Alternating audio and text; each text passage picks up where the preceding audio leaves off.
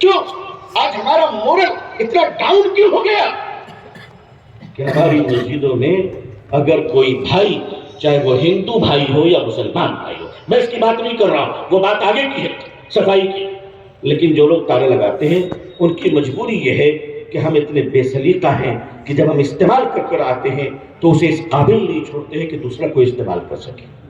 ہم بتا کر آتے ہیں کہ دیکھو ہم اتنے گندے انسان ہیں، اور واقعہ کیا بیان کرتے ہیں کہ ہمارے بزرگوں نے اپنے ہاتھ سے صاف کیا تھا، اور کریکٹر ہمارا یہ کہ ہم خود اپنے ہاتھ سے گندا کر آ رہے ہیں۔ اتحاد المسلمین پر بات کرتے ہیں، مسلمانوں میں اتحاد ہونی چاہیے۔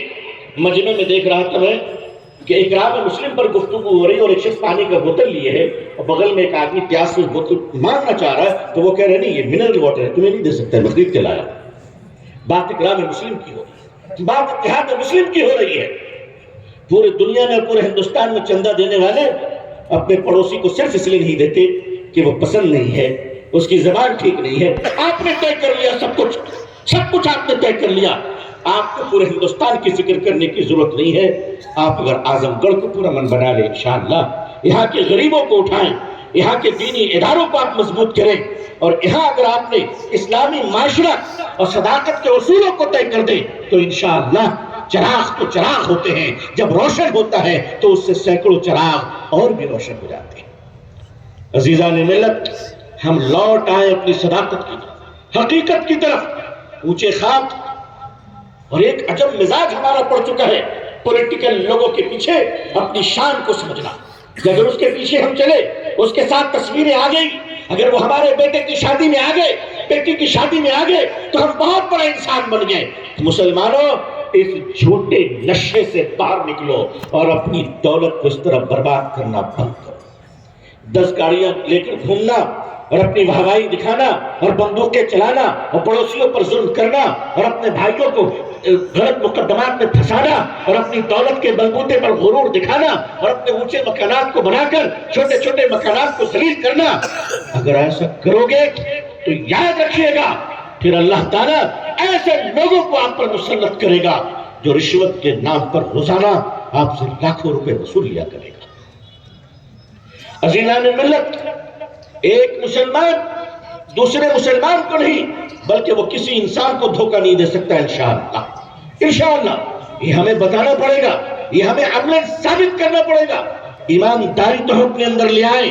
اگر ہم اپنے جوتوں کو محفوظ نہیں رکھ سکتے، اگر واٹر کولر پر گلاس کو محفوظ نہیں رکھ سکتے، اگر زکوٰۃ کے 100 کمبل کو ایمانداری کے ساتھ نہیں بانٹ سکتے، اگر زکوٰۃ میں دی ہوئی ہزاروں ساڑیوں کو ایمانداری سے غریبوں میں نہیں بانٹ سکتے، تو سوچئے ایسے بے ایمانوں کے ہاتھ میں اگر اس ملک کی حکومت آ گئی تو اس ملک کا بیڑا غرق ہو جائے گا۔ اللہ نے عزت کیوں نہیں دی؟ اللہ نے عزت کیوں نہیں دی؟ ریلیف کا سامان تک ہم ایمانداری سے نہیں بانٹ کرتے۔ ہمارا یہ حال ہو گیا، اتنے ہم نیچے گر گئے اور بات ہم بلند کرتے ہیں کہ ہم کہکشاں سے آگے ہیں، ہم تو شاہین ہیں، ہم تو پہاڑوں سے اوپر ہیں، اللہ کی رحمت ہمارے لیے بلا شبہ ہے۔ لیکن یاد رکھیے گا کہ وَأَنْتُمُ الْأَعْلَوْنَ إِن كُنتُم مُؤْمِنِينَ، اللہ تعالیٰ نے الیکشن جیتنے پر عزت کا وعدہ نہیں کیا ہے بلکہ مومن بننے پر اللہ نے عزت کا وعدہ فرمایا ہے۔ میں اپنی قوم کے لوگوں کو آواز دیتا ہوں کہ آئیے اور اس ملک کو اپنے کریکٹر اور بیہیویئر سے ہم دوبارہ جیت لیں انشاءاللہ۔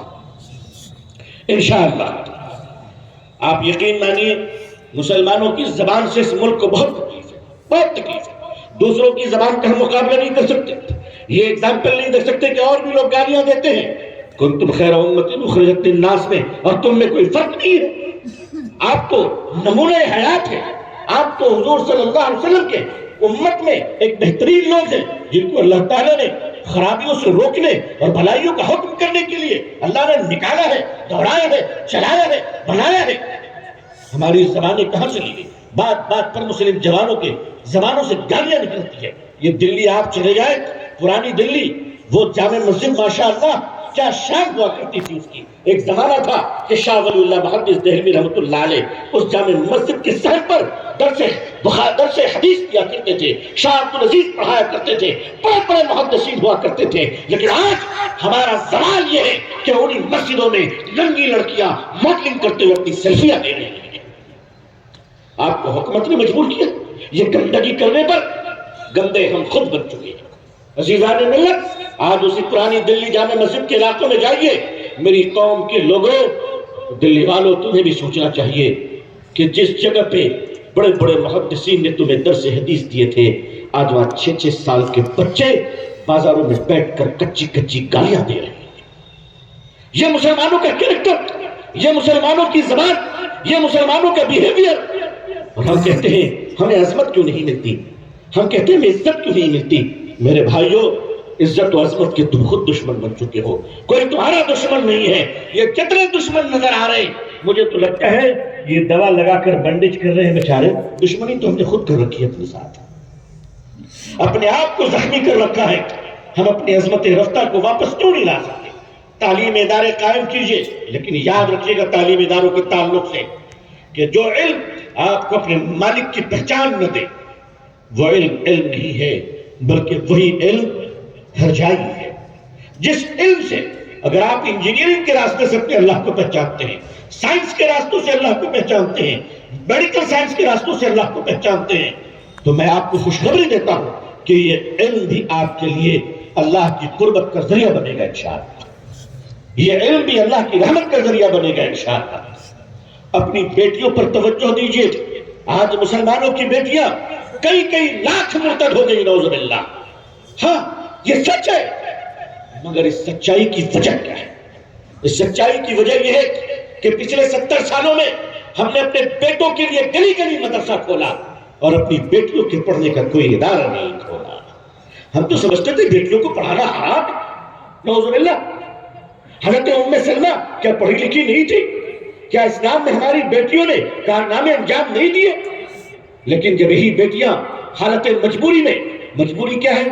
اگر آپ 10 پاس نہیں ہیں تو آپ کا جو پاسپورٹ بنے گا وہ امیگریشن چیک ناٹ ریکوائرڈ ہوگا. آپ پڑھے لکھے نہیں کہلائیں گے. تو اب مجبوری ہو گئی میٹرک کرنا. تو ہماری بیٹیاں کہاں جائیں گی؟ ہمارے پاس تو انسٹیٹیوشن ہے نہیں. ہمارے پاس تو کباب کی دکان ہے، پراٹھے کی دکان ہے، بریانی کی دکان ہے، کٹیا کی دکان ہے، چائے کی دکان ہے. بہت زیادہ لے لیجیے گا تو ڈیکوریشن کی دکانیں ہیں. یا پھر ہمارے حکیم صاحب بیٹھے ہوئے گولی لے کر، آپ سمجھ سکتے ہیں کس چیز کی ہے.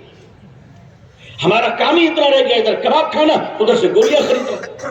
بس اسی دونوں کے درمیان ہم رہ گئے. تو ہماری بیٹیاں پڑھنے کہاں جائیں گی؟ ہماری بیٹیاں ان کے اداروں میں گئی جن کے اداروں میں پڑھایا جاتا ہے، سر کو ڈھانکنے کی اجازت نہیں دی جاتی ہے.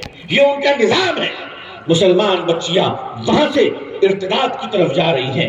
آپ نے اس پر غور کیا؟ ہمارے اپنے ادارے کیوں نہیں بنے؟ کس نے ہمیں منع کیا تھا؟ چلو جب جگہ تب سویرا.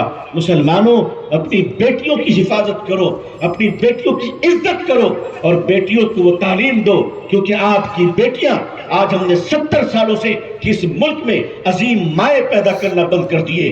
جب مائیں عظیم نہیں ہوتی ہیں تو قوم کبھی عظیم نہیں بنتی. قوموں کو عظیم بنانے کا نسخہ بیٹیوں کو عظیم بنانے پر ہے، ماؤں کو عظیم بنانے پر ہے. جب مائیں تہجد گزار ہوتی ہیں تو گود میں پرورش پانے والا بچہ وقت کا خواجہ نظام الدین ہوتا ہے، وقت کا خواجہ معین الدین ہوتا ہے، وقت کا بابا فرید الدین ہوتا ہے. عزیزان ملت، آپ سب کو اللہ نے جو کچھ توانائی عطا فرمائی ہے، مال و دولت عطا فرمائی ہے، آج شادیوں میں، اس علاقے میں بھی جو شادیاں ہوتی ہیں، لاکھوں روپے، کروڑوں روپے بیٹی کی شادی پہ خرچ کیے جا رہے ہیں. مجھے حیرانی ہوتی ہے علماء پر کہ ایسی شادیوں میں علماء بیٹھتے کیسے ہیں جا کر؟ کیا ان کی ایمانی غیرت بیدار نہیں ہوتی کہ جہاں امت کی بیٹیاں باپ کی غربت کی وجہ سے، ایسے بزرگ اور ایسے بوڑھے لوگ جو مسجدوں کے بعد، نمازوں کے بعد مسجدوں میں کھڑے ہو کر کہتے ہیں السلام علیکم، مجھے میری بیٹی کی شادی کرنی ہے، کچھ میری مدد کیجئے. جس قوم کا بوڑھا شخص اپنی بیٹی